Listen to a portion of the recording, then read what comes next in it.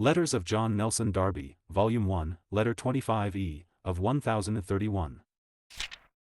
p. 50. Dearest G. V. Wigram, as to all speaking, if the brethren prefer all meetings of brethren as such, it is all very well, I have no objection, I would meet cordially with them, but when they do not meet corporately as brethren, then I act on my individual responsibility to God, I individualize myself. If I find it profitable to associate another with me, as Barnabas or Silas, Paul chose Silas, it is all well, but I count it of the very last importance to maintain individual responsibility, while insisting on unity and discipline.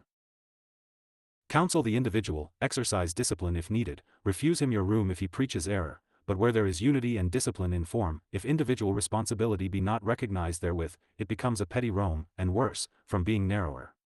Where charity is warm, there is no difficulty. If brethren who have a room, desire to use it only for corporate meetings, as I have said, it is all well, and I admit the liberty of the Spirit edifying by whom he will, but my position in the body of Christ for service and the responsibility of individual gift is between me and Christ, were not exercised in a corporate meeting, I dare not forego this responsibility, woe to me if I preach not.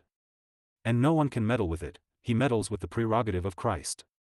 In the assembly, the order of the assembly, or Christ by the Spirit in that, is supreme, out of the assembly, I act on my own responsibility to the Lord. If I have 5 talents, I do not necessarily club with him who has 2. I admit fully, alongside of this, all godly counsel, and all discipline as to error or misconduct. Even so, you cannot help a man's preaching alone, only you can refuse to recognize him, or warn, or the like. I attach all possible importance to this individual responsibility, repeating yet again, all just accompanying principle I would not be of any body where it was touched, I dare not, for I should do just what Rome has, set up something between me and Christ. If the brethren do not like to lend me their place of meeting, where I may exercise my gift on this responsibility, I resist not, it is merely a question of rooms, or of wisdom, perhaps they may be wiser in this than myself. The question arose at.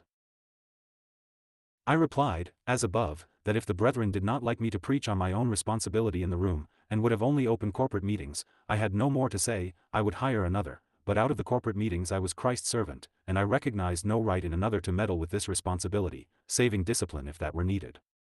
The difficulty disappeared, as it always does where there is fidelity, though humbleness alone can save us getting out of one ditch into another.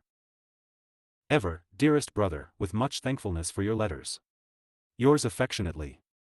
Lausanne, July 14, 1842.